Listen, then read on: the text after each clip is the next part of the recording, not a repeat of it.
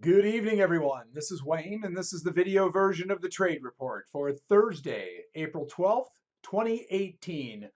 Well, the markets felt the bullish love today. All indexes closed higher. But what will tomorrow bring? Stay tuned to find out more.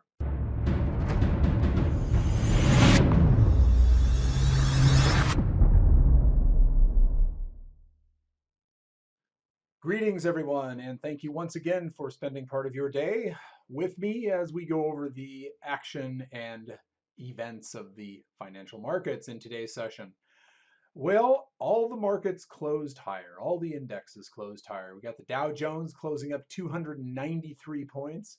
The S&P closed up just under 22 points. The Nasdaq closed up 71 and a quarter points, and the Russell 2000 closed up 10 and a half points. So a very, very nice day today. And you can see that the up move began in the extended session today. The There apparently was yet another tweet that said, for all intents and purposes, just kidding, we're really not going to bomb Syria right now, if ever.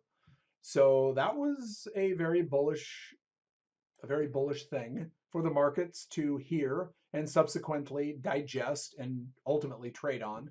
So from a low print in the extended session of 2639.75 to a high print in the regular session of 2675, we're talking about a 36 point range, which is approximately a 360 point down move. And again, that was from the low to the high, low in the extended session, high in the regular session. And the Dow closed up 293 points. So, obviously we closed off of our high, which is indicated by this little pullback that brought us down just below developing point of control, which is again a very textbook close.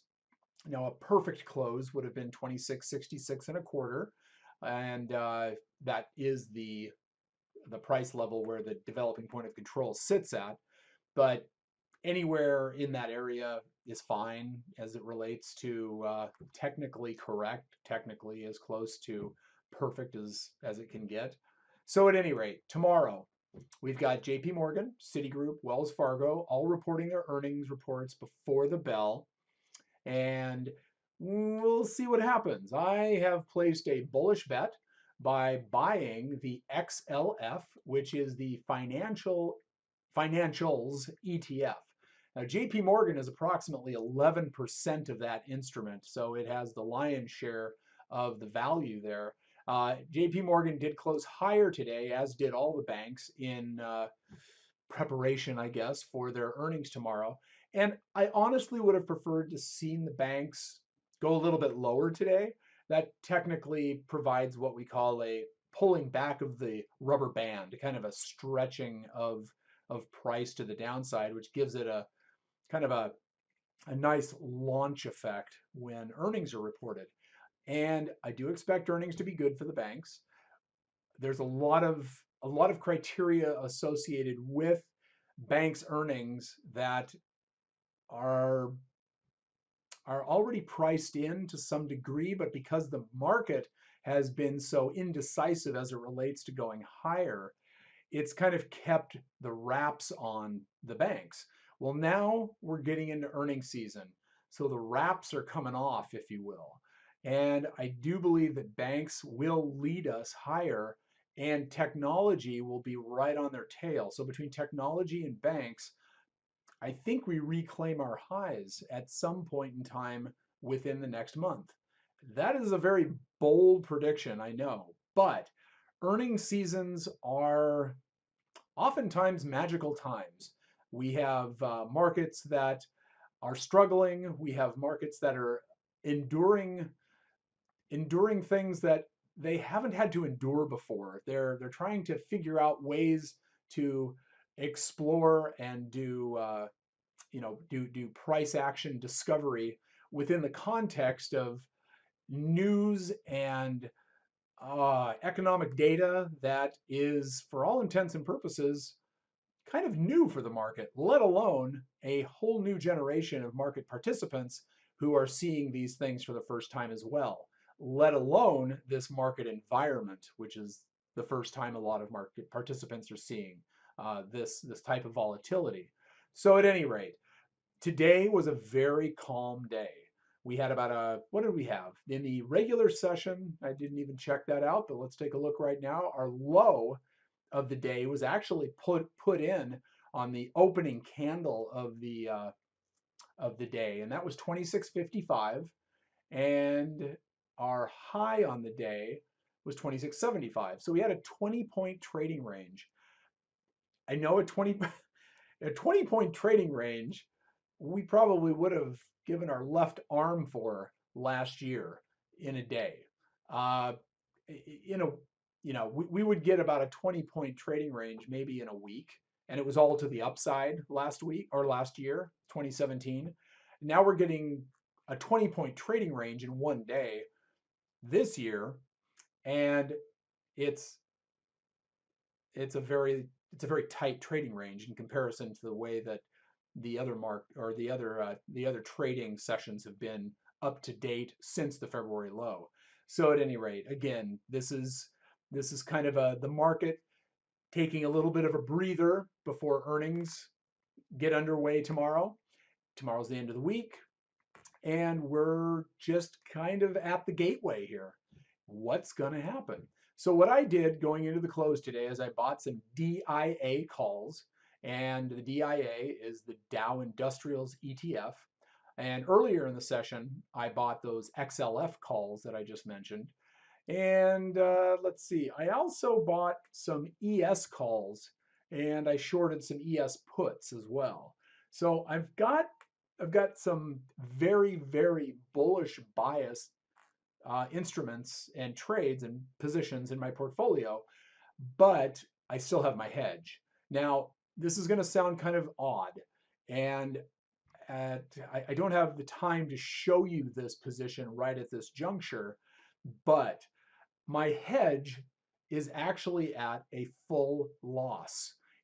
So in other words, if we are to translate the word hedge for insurance, so my insurance policy is basically it's currently at a full loss.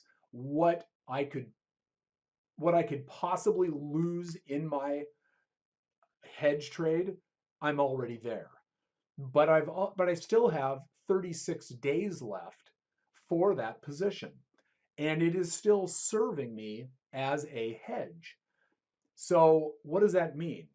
Well, it means if the market collapses tomorrow, that hedge is still in play. I am still hedged, but I can't lose any more on that hedge. So I'm actually in the catbird seat to some degree, because even if the market goes up, I can't lose any more on that hedge. But if it goes down, I'm still protected.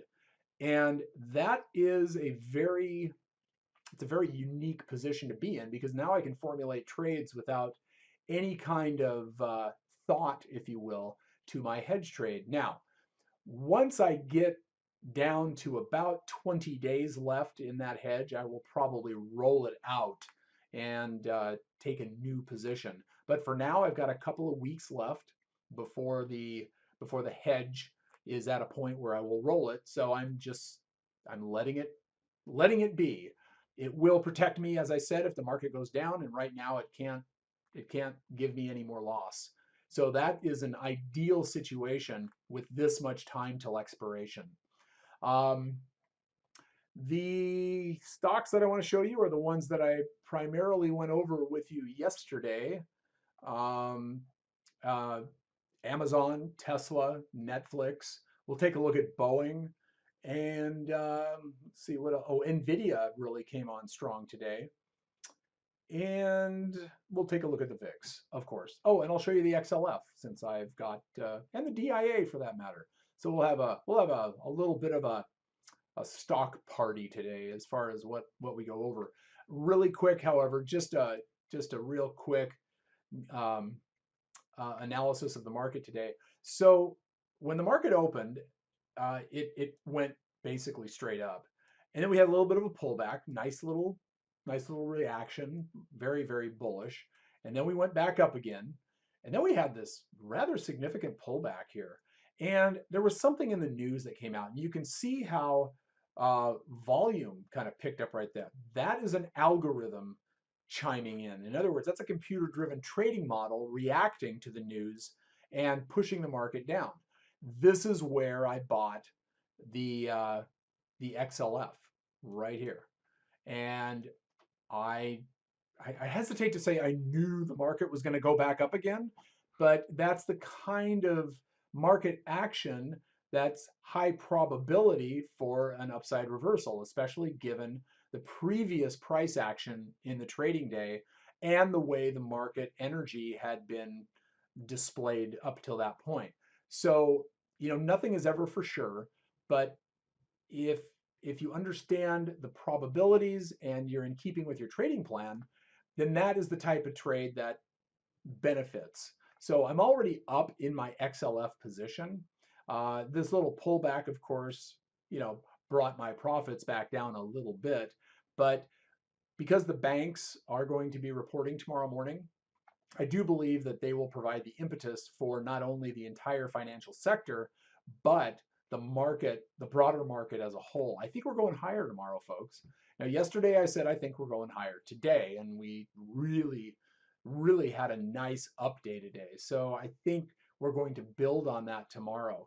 Um, so we'll see what happens. Again, I have to provide a caveat barring any unknown binary events that might occur between now and then.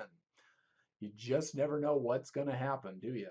So that's the S&P, and you can see that the rest of the markets, the Nasdaq, the Dow, and the Russell, all had very nice days. Basically, all the markets kind of traded in concert with one another. There wasn't one that outdid or outplayed the other. So it was a very, very, I don't know, it was a calm day today, not something we're used to. That being said, it is the day before a rather big day tomorrow, so it had an opportunity to kind of rest and relax. And tomorrow it can show us its stuff. All right, so Amazon. Let's start off with AMZN. I was a little disappointed in Amazon today, and I hate to sound like an admonishing authority figure as it relates to my take on, in my opinion, it's still my opinion, is that Amazon is the leading stock. I mean, yes, it had a nice up day. Amazon closed up $21.45. That's a nice move. But it's still got this crazy little sideways action going, and it doesn't seem to have the same oomph that it did, back even after the February lows. It really, did some very good moves to the upside. And right now, it's like it's been injured. It's like it's licking its wounds. And it's really, I think, it has a lot to do with the Trump tweets. You know, just kind of biding its time, watching its P's and Q's, and letting the rest of the market kind of, move and groove and do its thing. But I think we're going to get a gap fill. And that gap fill is right here. And that comes in just around 1486, 1487. But like I said, before earnings, I think Amazon finds 1500. And that is conservative. When that's going to happen, I really don't know. But Netflix reports earnings before the close, or excuse me, after the close on Monday. And that could be the impetus for the tech sector as a whole to go higher. So, on that subject, we'll take a look at Netflix, which was up today. Netflix closed up $5.58. However, it was up a little bit more than that, and looked like it wanted to go higher, but just kind of hunkered down.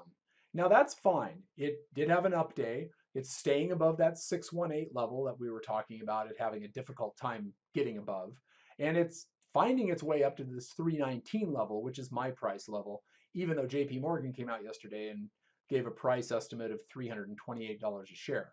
So again, Monday, If it beats on the bottom line and the top line with its earnings, and its subscriber growth is acceptable to the market, and its and its earnings call is uh,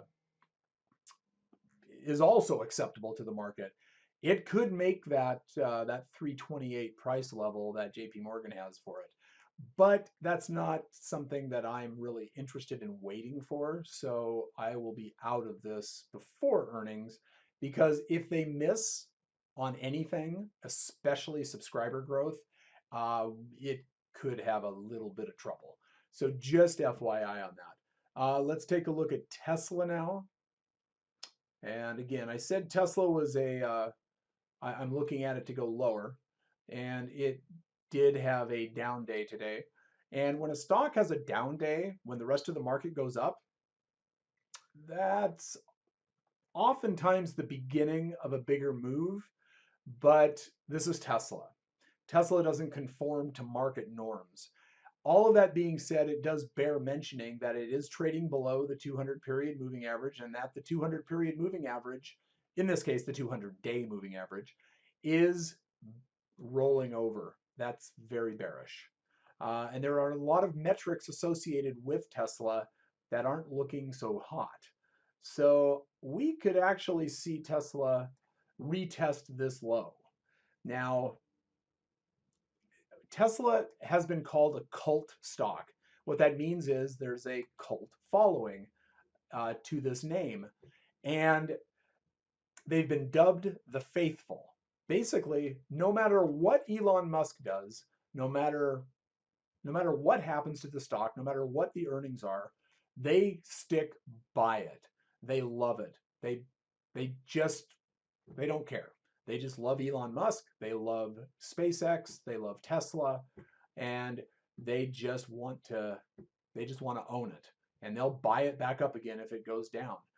That being said, ironically and conversely, Tesla is the most shorted stock in the stock market. So really odd dichotomy there. So anyway, that's Tesla, and I like to keep an eye on it because it's got a significant amount of entertainment value. And if it begins to if it begins to show itself as being a good short, I may nibble on it a little bit.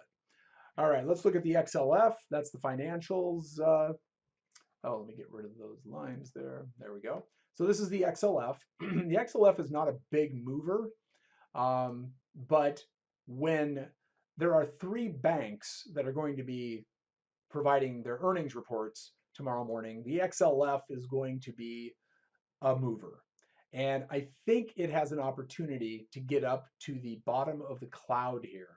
And because it is a positive cloud, I'm looking at this right here, and I'm looking at price doing something like this tomorrow.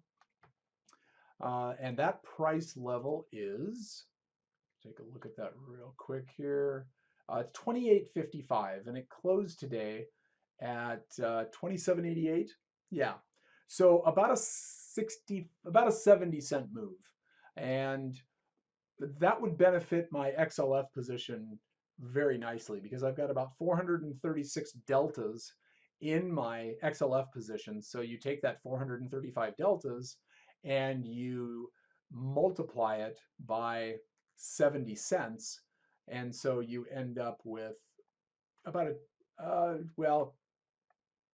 about a $300 trade. So that's pretty nice.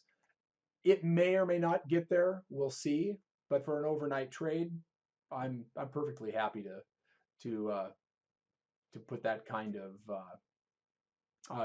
risk on. So let's take a look at, what was the other one I wanted to show you? Oh, NVIDIA. NVIDIA had a very nice day today. It was up $8.36. The chip sector was upgraded a couple of days ago by Evercore ISI, but NVIDIA actually went down yesterday. So I was looking at it with a little bit of confusion, and I don't like to trade stocks when I'm not getting a sense of what they're all about. You can see yesterday's candle configuration was a bearish harami, and today it just took off. I mean, I suspect that tomorrow,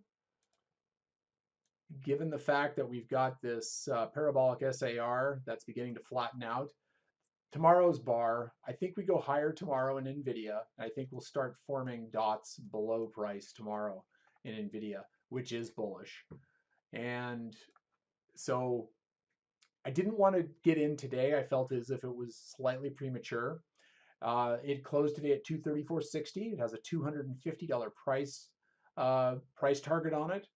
And yesterday it closed, I think it was about what, 220, 228 or something. Well, actually, if we subtract today's up move, we'll get what it was, 226. So very nice up move today. And on the subject of parabolic SAR dots, I do want to show you Boeing. And that I believe, oh, and I'll show you DIA too. So this is Boeing. Boeing had a very good day today. It was up $10.12. Now, I was I was not convinced that this up move when the market opened was going to last. So when it hit its high, I did, well, the initial high, let me show you what I'm talking about. This area right here. When it started going down, I exited my Boeing position, which actually ended up being a very good trade. But yeah, I may have jumped the gun a little bit because Boeing did go up a little bit more, but yeah, not appreciably. So I'm not sure what Boeing's going to do tomorrow. But if you recall, last week in the trade reports that I did, I was talking about this trend line here that was doing a very good job of keeping price at bay. And we started breaking out of that. And I said, and I said, I'm looking for an up move outside of that, which I got. And I said, but I'm not in a position where I want to trade it or get involved in a position until it pulls back and touches this line, which it did here. So I did buy it and it opened higher and then it started moving lower again. And so it still hadn't broken below this trend line. And then on Tuesday, it went higher. Yesterday, it went lower. And I'm just going, man, come on, give me a break here. So today, when it went up, I just said, all right, I've got a decent profit in it. Let me just get out of it.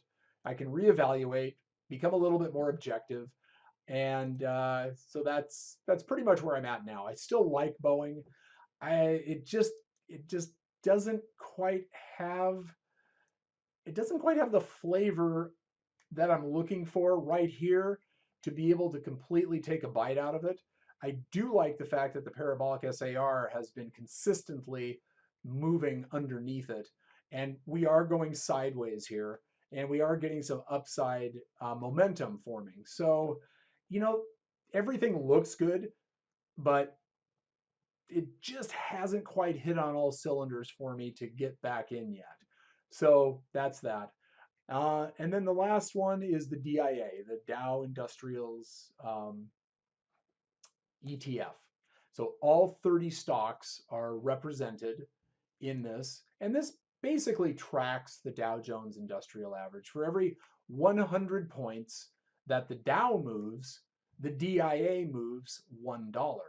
So it's a way to get involved in the Dow without really extending yourself into the futures or buying separate stocks. And I like the DIA. It trades really, real fluidly. It's a very good instrument to have in your portfolio. And you can see how it really is beginning to settle. We've kind of had this happen, and now we're moving in this kind of an arena. So we're trading above the predominant energy of the market now that has come into play as we thought we were going to get a retest of the February lows. So I'm reading some bullishness out of this market at this time. And if you see this and you know what I'm about to say, more power to you. But for those of you who haven't been around long enough for me or to hear about this particular area, this is known as a pinch. This this formation here is known as the Ichimoku cloud. And the Ichimoku cloud is a very unique indicator. It's brought to us out of the country of Japan, and it was used extensively with rice traders. And I've become somewhat proficient in utilizing it and using it to trade. But right here, and actually this entire space right here, is known as a pinch. And price normally moves toward, to, or through the pinch. I think tomorrow the market could move up high enough to get the price of the DIA up to the pinch. And that price is approximately $250 a share. Right now it's at 244.81. I think we could get a 500-point move out of the Dow tomorrow. Now I know in the last couple of trade reports I've said I'm looking for about a 1,000-point move in the Dow on Friday. I still think that's possible. I'm going to scale that back just a little bit. And the reason I'm doing that is because there was some talk out of the White House today.